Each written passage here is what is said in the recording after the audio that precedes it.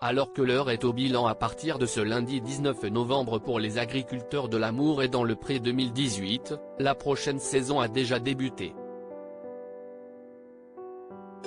Nos confrères de Ouest France ont en effet révélé que l'animatrice Karine Le Marchand avait déjà rencontré les agriculteurs en mal d'amour qui seront présentés en janvier 2019. Et pour les sélectionner, la production a un mode opératoire très pointu. Pour commencer, la production examine les 200 à 300 candidatures qu'elle a reçues et contacte chaque agriculteur pour en savoir plus sur sa vie. Le maître mot de ce programme est sa ligne directrice, CIST l'authenticité. La question que l'on se pose, CIST, en quoi l'émission peut-elle vraiment répondre à un besoin? S'ils peuvent trouver l'amour sans l'émission, tant mieux pour eux, mais dans ce cas ils n'ont pas besoin de nous et nous n'avons pas besoin d'eux, a expliqué Stéphane Salé-Dechoux, le responsable des programmes de flux externes de M6.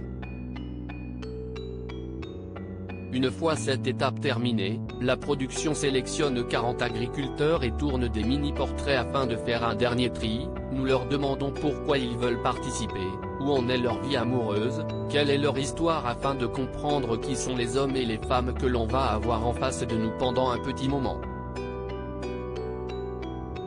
Fremantle sélectionne ensuite les histoires et personnalités les plus fortes.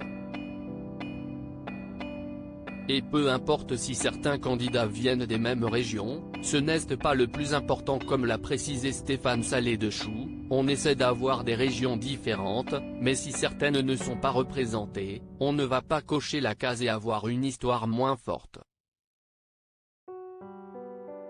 On sait déjà qu'un certain Laurent participera à la prochaine saison.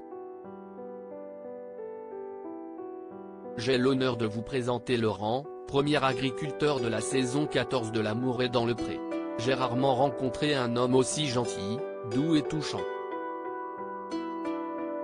La bonté fait homme. Une haine d'avance, lovey sincère, ADP @M6 officiel, avait écrit Karine Le Marchand en août dernier, sur Instagram.